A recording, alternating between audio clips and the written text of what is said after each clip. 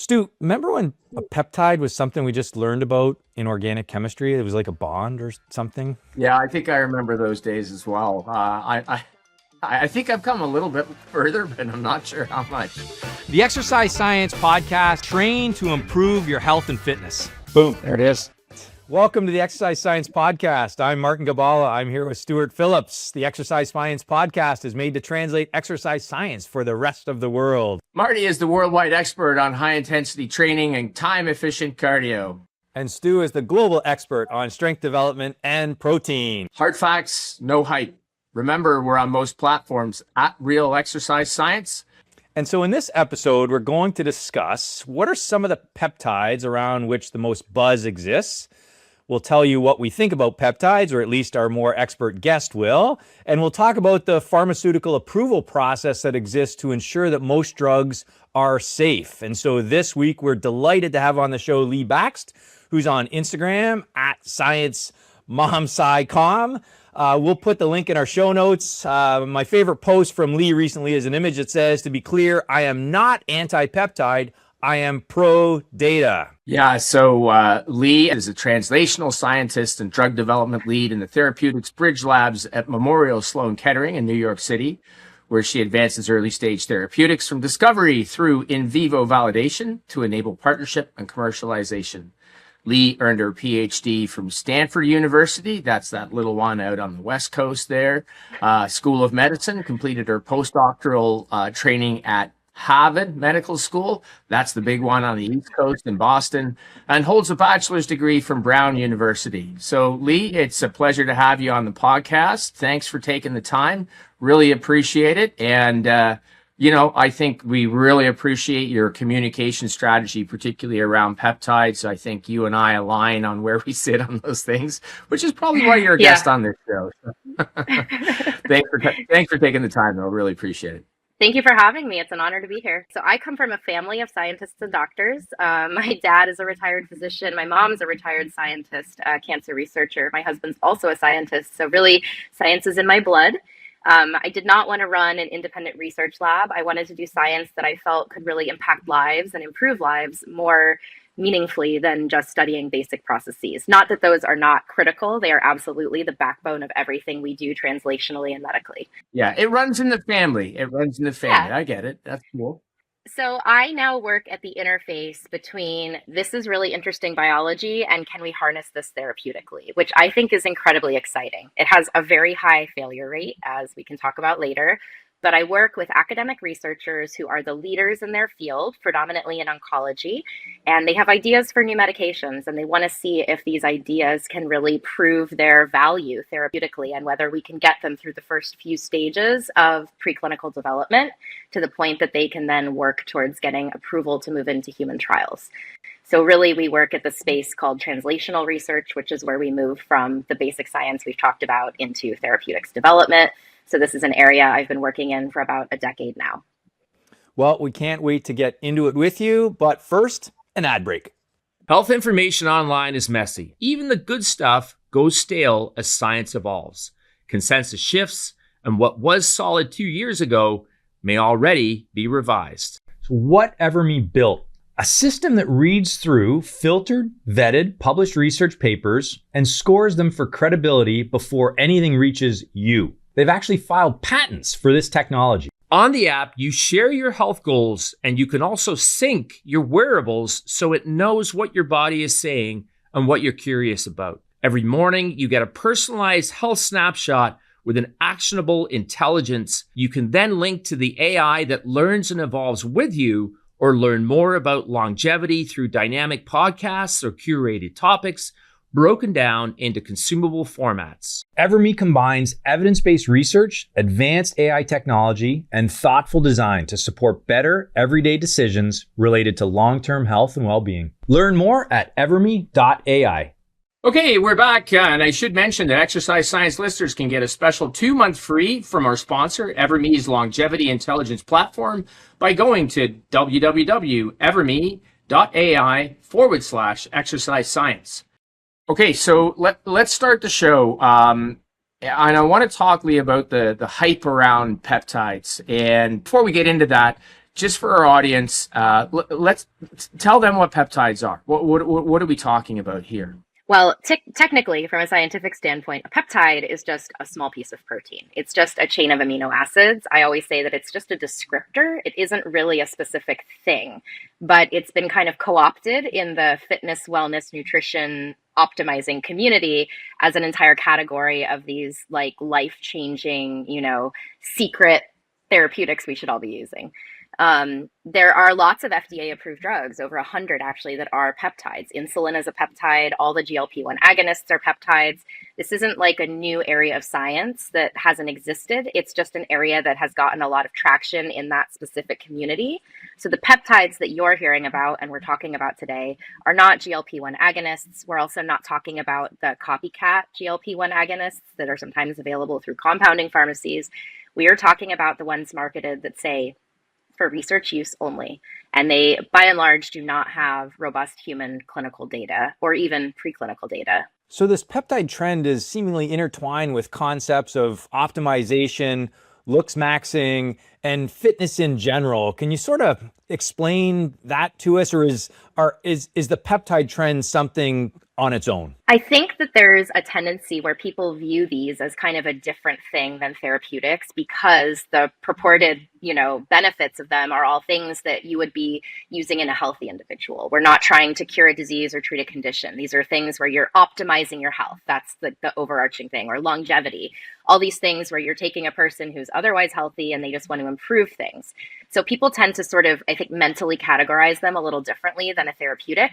But these are very much bioactive or potentially bioactive, we don't really know, molecules that are being injected directly into the body. Not ingested, but injected directly. So from the perspective of someone who works in this space, like a bioactive molecule being injected in your body should be subject to the same regulatory and development framework as any other bioactive molecule we inject into our body. So to me, they're not different. The burden of evidence, the level of evidence that exists is different. But regardless of what you're marketing them for, they should still go through the same process. Yeah, and there's a bit of an odd sort of Venn diagram here, and I think both you and I have experienced this, where some peptide users are oddly simultaneously anti-vaccine, particularly anti-COVID vaccine, due to the perceived lack of sort of human data, which is at least inconsistent with their use. I see it that way, with their use of peptides, which also, as you say, lack human data. And I mean, maybe, we don't have to dwell on this, but just your experience in this, is it the same narrative that you've heard? Oh yeah, 9 times out of 10, if I make a video about peptides, I will get at least one comment that says, "I bet you got the jab." They love calling it the jab. I don't know where that comes from, right. But or they'll talk about it being experimental. That's the COVID vaccine. Yeah. Which is, everybody said that there was no human trials. I'm like, pretty sure there was. Yeah. And to be clear, it went through preclinical development. We had more than 40 years of research on mRNA vaccines. Also, there's huge research in coronaviruses. So moving that into clinical development was a pretty low bar because it already existed and it went through all the phases of development that were required before approval. So however you feel about the FDA and all those things, it did get tested in humans. And these peptides mostly have not. That's why they're marketed as for research use only. Yeah. With that one sort of disclaimer, you wave it off, right? It's as if it's like, it's only for research use. So you are the experiment. Very much. Yeah. So Leigh, our producer asked Everme to come up with the top sort of hits on peptides, and so we've got a few for you here, and maybe we could run through them. So maybe Stu and I can hit you with these, and we'll get your sense. And to be clear, we don't suggest taking any of these nor any of the claims generally supported by scientific studies. But number 1, BPC 157. BPC 157, one of its most potent effects is stimulating new blood vessel development or creation. BPC 157 is definitely one of the most hyped and one of the least researched. The basic science on BPC 157 comes from a really small group of researchers in one geographical area. That is an immediate red flag to someone like me. We always look for broad scientific consensus where things are being repeated by independent research groups who don't know each other and don't work together from different parts of the world. We do not see that for BPC-157. We do not know the molecular target of BPC-157. So sometimes we identify things that have a really interesting property biologically, and we want to develop them as a therapeutic, but we would always go figure out like what is the molecular target and how does it mediate that downstream effect. And even in cases where we don't have a very clearly defined molecular target, there are some historical cases, maybe like less than 5% of therapeutics are like this. We don't have a complete picture, but we still understand a lot of it, and it's still been through all of the safety and efficacy testing. So BPC-157 had one phase 1 trial that was registered, seemingly completed or at least partially completed, but then never published. The results were never released, and nobody else has worked on it since. And people like to say, oh, it's patenting, but there are also patents on BPC-157. So, you know, that one is really hyped, and there's very little data, and it promotes pathways that I would personally have concern about inducing in my body without appropriate safety testing in animals and humans.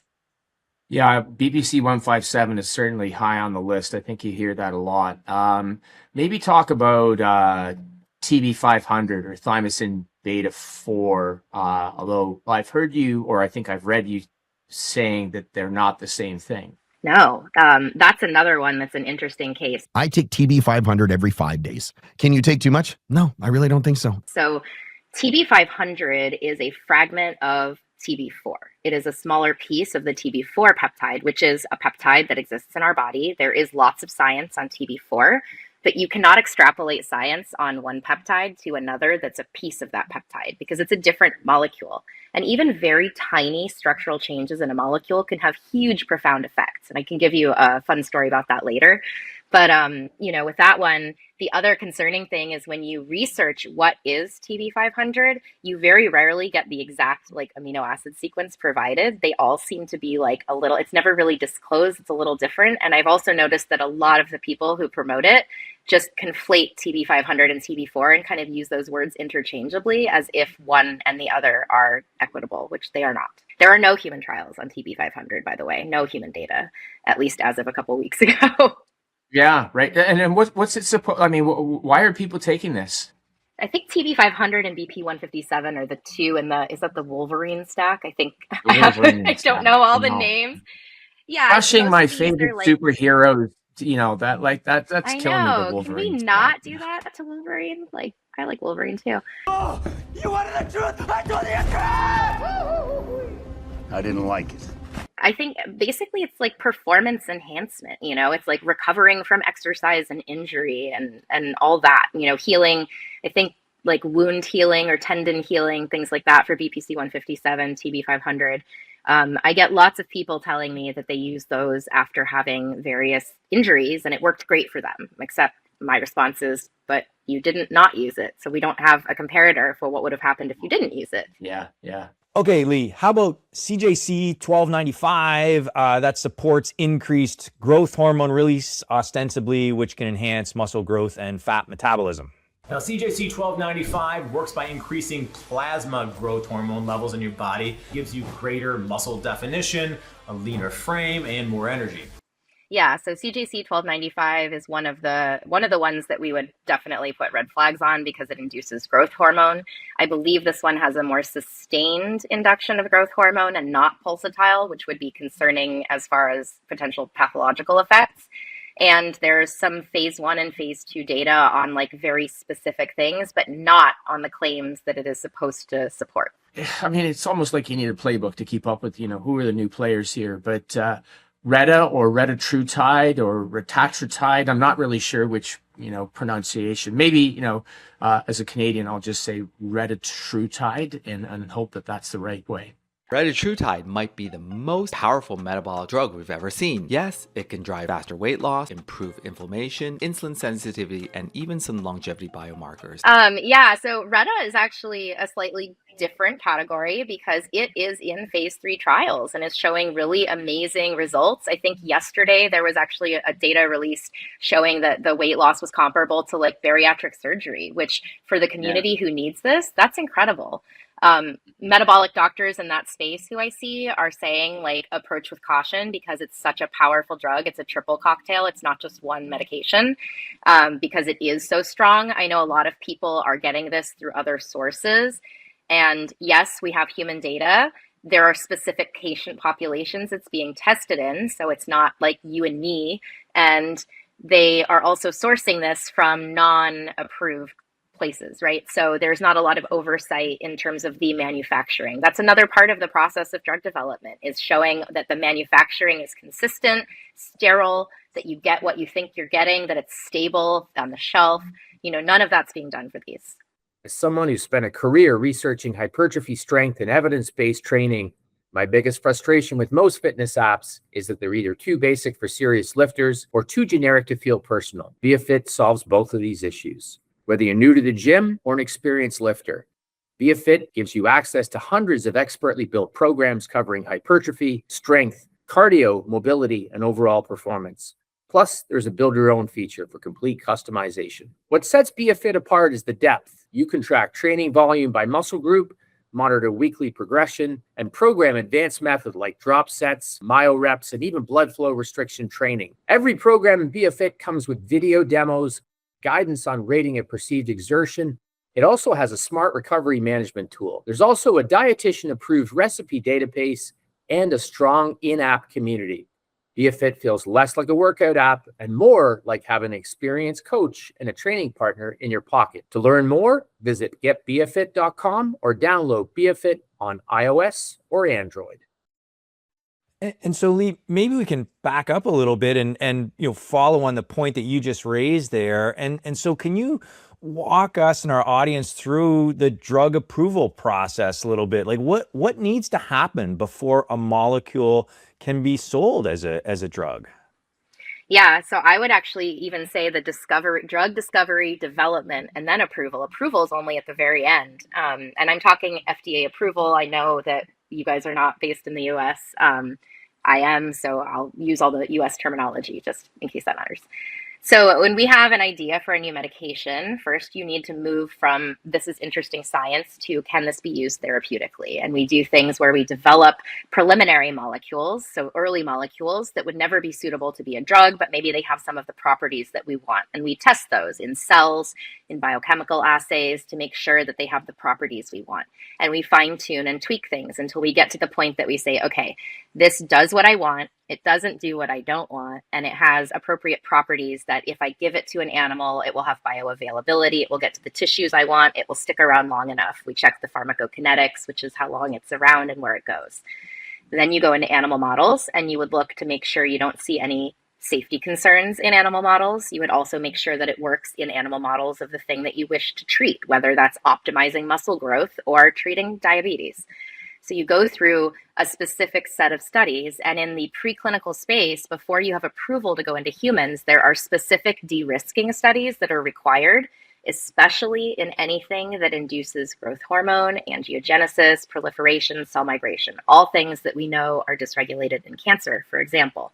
So by injecting these peptides into your body, you are potentially turning on pathways that are loved by cancer cells. Things like cell growth and proliferation, cell migration, angiogenesis, which is the growth of blood vessels. These are all things that are hugely beneficial to cancer cells. To be clear, I'm not saying that these are going to cause cancer. I'm saying that if there is something cancer-like in your body, or a very small tumor or something, you could be exacerbating it, making it grow faster, helping it to spread. And those are things you can't find on an early, if it's a tiny early tumor, there's not a lab test that's going to show you that right now. There are lots of cancers that we can't even detect until it's too late. And I don't want to be fear-mongering either. It's just that there is an unknown risk here because we don't have the data. Then you submit this huge data package to the FDA to get approval to go into humans. And then you go through your 3 phases of clinical trials. Phase 1 is focused on safety. So they're usually healthy volunteers. They're smaller studies. We're looking for the appropriate dose, and we're looking for any type of safety signal. Then you move into phase 2, which is larger. You're now looking at people with the condition you wish to treat to see if your treatment works. And in phase 3, you're doing multi-center, large studies. Importantly, these are all randomized controlled trials, meaning that you have a control arm and a treatment arm. Sometimes the control arm needs to include a treatment of some kind because of ethical reasons. Like if you're, treating cancer patients, you're not going to leave them untreated. It's going to be typical standard of care plus your treatment, or just typical standard of care alone. The phase 3 trials will be completed, and if you're successful, then you would, apply to get FDA approval. But what a lot of people don't appreciate, and is obviously not advertised widely by the drug development community because people simply don't understand the process, and it sounds pretty, scary. 90% of programs fail to make it from idea through preclinical. And additionally, of those that do, 90% will fail clinical development. So just to maybe underscore that, that's failure between 99%. something looks good and preclinical means in animals, right? Mm-hmm. Even getting through 99% fail there. 90. Wow. See, Yeah, and then once we've talked about that, it's sort of like going on from there. I mean, it really does give people, I think, a perspective on I'll call it the bottleneck or whatever, or the flow through to actually, this is an approved drug. So, yes. Yeah. There's a huge attrition rate, and it's a huge range of reasons. I think there's probably, we don't talk about this a lot. I talk about it a lot, but it's not something you see discussed frequently. And I think it's because people could say, well, oh, you're just not doing a good job. And it's just really hard to make therapeutics. This is true biohacking. This is really hard to do. You're fooling biology, and biology finds ways to work around everything. We are incredibly adaptable creatures, and it's really hard to work around that in a sustained way to have a therapeutic effect. And so there's huge ranges of reasons things don't work. The vast majority have nothing to do with the ability or effort of the scientists. There are many other reasons. So I guess building on that, I think, 90% don't make it to preclinical, maybe 99% then don't make it to clinical trials in humans. So we have this huge failure rate. I guess how is it happening then that, that whole process is seemingly being bypassed and people can just basically go buy these things on the internet? Yeah, because they're being marketed as research use only. So you can't sell them as being indicated for human consumption. By marking them for research use only, you're now saying, it's just a research peptide I'm selling. I'm not telling anyone to take it. But some people apparently buy these and then remark them into they put them in a different vial or a different container that now doesn't say research use only when they sell them to clients, which seems shady. But apparently there's a physician I know who actually... Yeah, she runs a med spa. She's an aesthetics physician, and she has told me horror stories. It's quite scary. I don't know how that's legal, but they're currently, a lot of these are also in this category 2 for the US at least, where they're not allowed to be compounded. And that's why people are getting them through online retailers, and they're marked for research use only. There is discussion in the US of moving them to compounding pharmacy permission, meaning category 1. If that happens, there will be some oversight in the manufacturing, nothing near the bar that would be required in the pharmaceutical industry, but better than the 0, which is currently what's required. So when you're buying these things online, there's no guarantee that what's in the tube is actually what you think it is, that it's stable on the shelf, that it is free of contaminants, that it is not, that it is sterile. And I've seen and heard lots of, scary things related to even just the procurement aspect, let alone the biology of the molecule. So there's so many unknowns here that you simply cannot give anyone informed consent on these. You cannot quantify the risk or the benefit because the data doesn't exist. So the other piece, and I think you're the perfect person to speak to this, and I hear this all the time online, is people say, well, of course there's no trials. You can't patent these, so big pharma isn't interested. Yeah. Just maybe is that what's the truth around the patenting of peptides? Yeah. So first, I can tell you that at my job, I help generate intellectual property. So I work with patent attorneys. I work with licensing managers. Generating data to enable patenting and understanding the strategies behind it is part of what I do. So it is something that I have exposure to. There are changes that you need to make to any molecule that you want to develop into a therapeutic, changes to make it more stable, changes to help it get to the tissues it needs to get to keep it in your bloodstream long enough.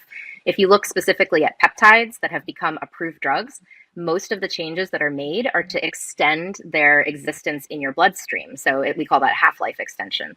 GLP-1 agonists went through that. When you introduce those changes, as long as they have a specific purpose and they're considered non-obvious, which is sort of a legal term, you now have a position to patent. And in fact, there are patents on the majority of these wellness peptides, not pharmaceutical composition of matter patents, mind you, because pharma is not working on most of them.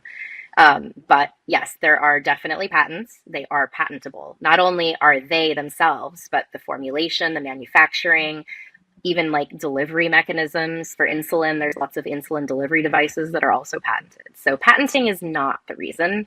And not only based on my own knowledge, but I actually met someone through my science communication who is an IP lawyer who works with pharmaceutical companies on peptide patents every day. And I asked her the same question, and she said, it's not the patenting.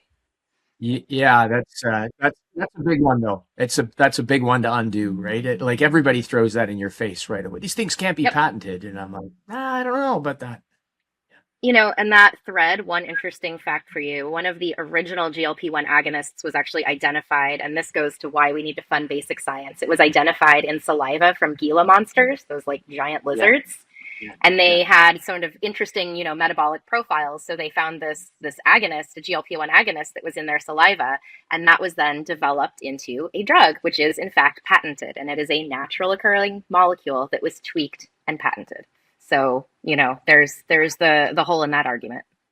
Another thing that we hear about is, categorizing these things. And I think there's 3 general categories of peptides. So could you define those for us and maybe how sometimes, promoters will inaccurately lump these together? Yeah, this is also something I've seen. There are physicians promoting these things, and inevitably they usually are profiting from them when I dig into it. There are peptides, which are approved drugs. Those are going to be like your GLP-1 agonists. Then there are people producing copies of GLP-1 agonists through compounding pharmacies and things like that. They're kind of coming down on them and making more rules. That's what I would consider a different category. And then there are these wellness peptides, which don't have any human data and are marketed as for research use only. Many of those are currently in category 2, meaning that they're not even allowed to be compounded. And that is what I would put in the 3rd category, which I would also assign the highest potential risk to. Okay. So Leigh, we have a specific listener question that we thought that you could help our listener, Tom, who's an investment banker from New York. And Tom writes, I'm considering going on the Wolverine stack. So that's our BPC 157 and TB 500. Tesamorelin or ipamorelin, he says, as well as MOTS-C and CJC. First thing he says, is this a good idea? Where should I buy these from? And what things do I have to look out for if I'm taking these things? Yeah, it's a lot to unpack. So the majority of those have very little human data, except for the ipamorelin. There are some that have a specific indication in HIV that they've been approved for. But nonetheless, the sort of broad claims made in the wellness community for these, none of those claims are proven in randomized human clinical trials. For many of those, we don't even know the molecular target or have preclinical data packages. There are red flags associated with many of the biological mechanisms, inducing growth hormone, inducing cell proliferation, cell migration, angiogenesis, which is the growth of blood vessels. These are all things that cancer cells love. Again, not saying they're going to cause cancer, just saying if there's something aberrant going on in your body that you don't know about, and that's, by the way, not going to show up on a lab test if you're getting blood work by a physician or someone, you could be inducing processes that you're not going to know about until 10 years down the road when it's too late. We know those pathways. There's clear data showing that they are induced in, cancer systems. So there's a lot of risk with those pathways. We don't have defined dosing or mechanistic understanding in animals, let alone humans, for most of them. And then if on top of the lack of understanding of the biological mechanisms, we of course don't have safety data or efficacy data in humans. So we don't know if they're going to do anything good or bad. And you're sourcing them from a non-regulated framework. So you're buying them from some source online where they're not, they don't have manufacturing controls. They don't have guarantees that what's in the vial is, in fact, what you think it is. Lastly, drug-drug interactions are a very real thing, and they are part of what is studied during drug development. If I'm developing a drug, I need to know my patient population and what other medications they might be on, and whether this biology could interact with that biology in a negative way. I think 2 of the ones you mentioned are, in fact, the growth hormone inducers. So now you're potentially even exacerbating that, which we know is risky. The last thing I want to highlight is that when you develop a drug that is a cocktail of multiple, assets in the same tube, you also have to develop it that way and study it that way. We don't study, 5 separate vaccines and then create a 5-membered vaccine without testing it as that group of 5. And medications that are combinations, the same thing. We always test things as they are. So you can't say, here's 5 different interesting things. I'm going to mix them all in a vial and market it to, well, you can. Clearly people are doing it.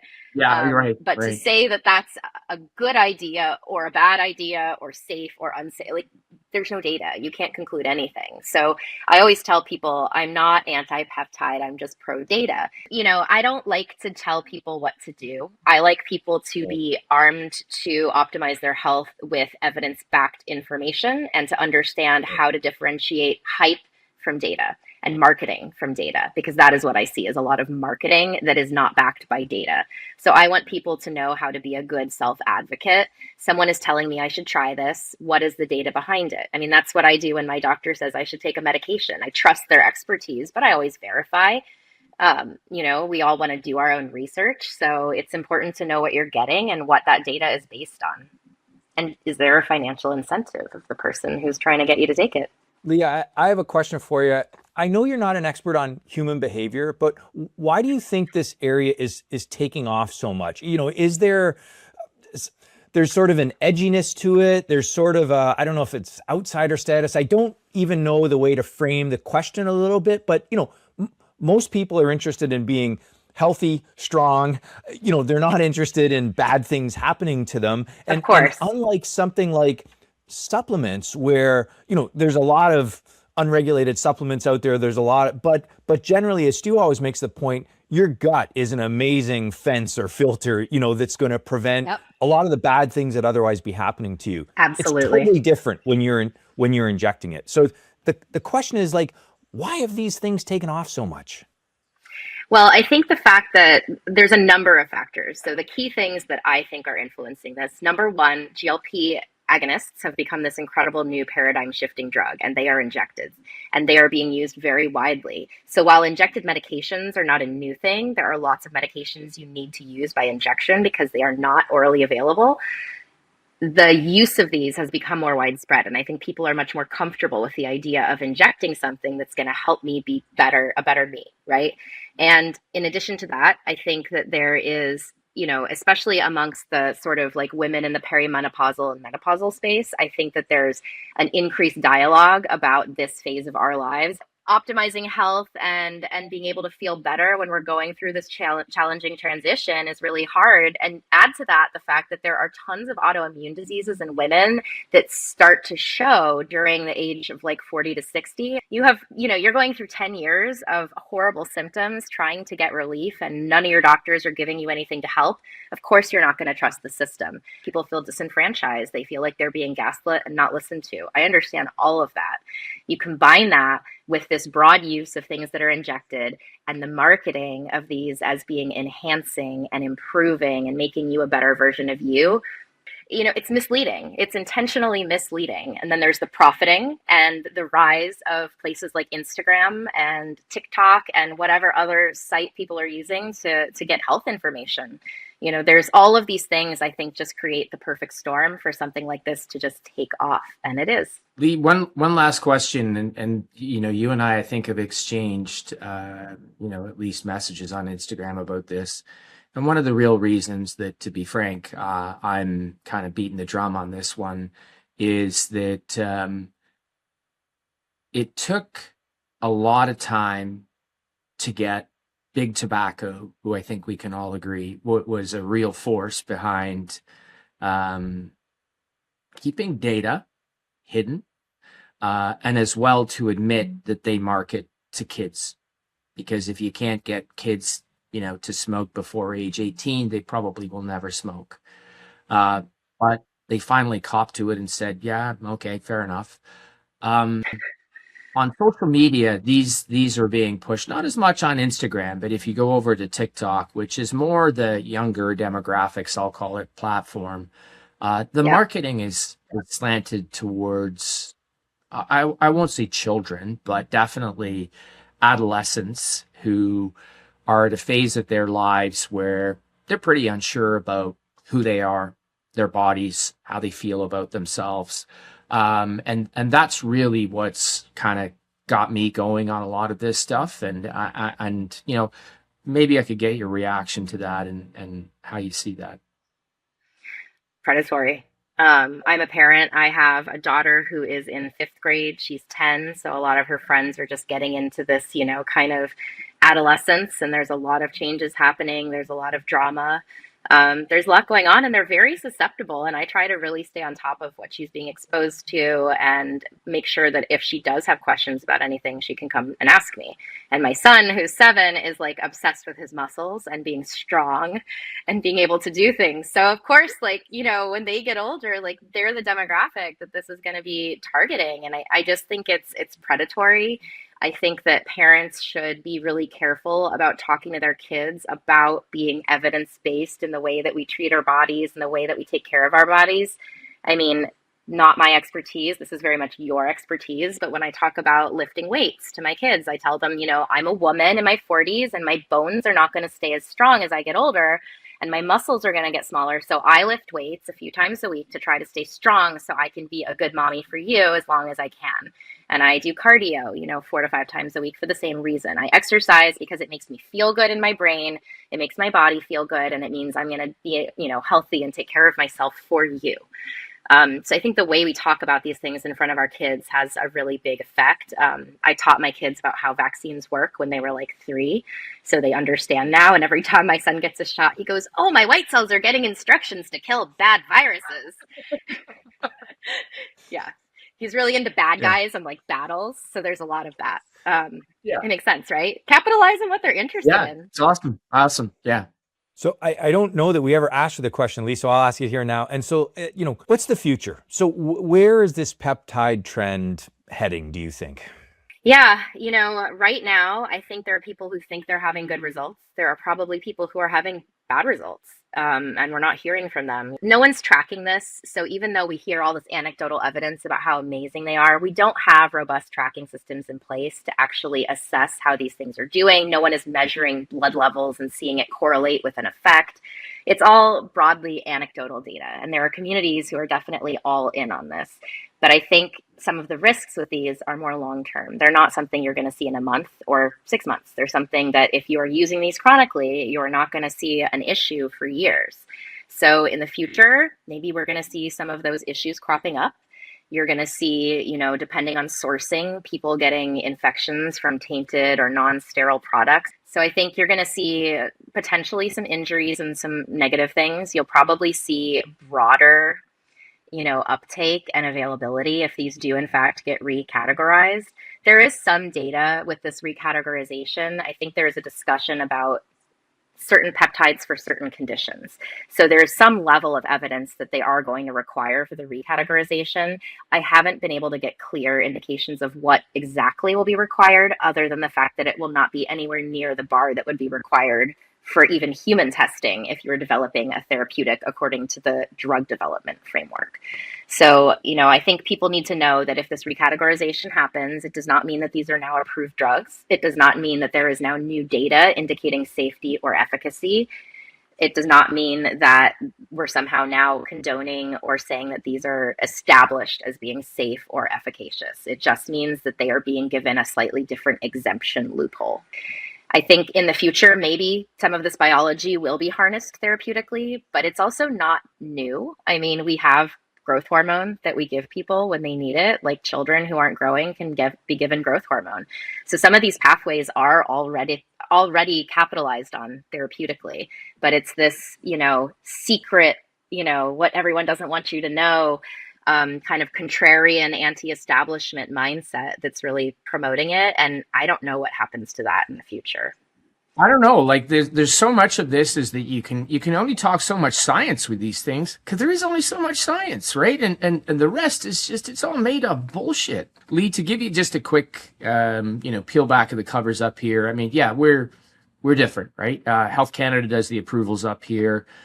Generally, we lag behind. I want to say that we kind of look and peek and see what the FDA does. And then we look at the European system, and being Canadian, we pick somewhere right in the middle. EMA. That's what we do.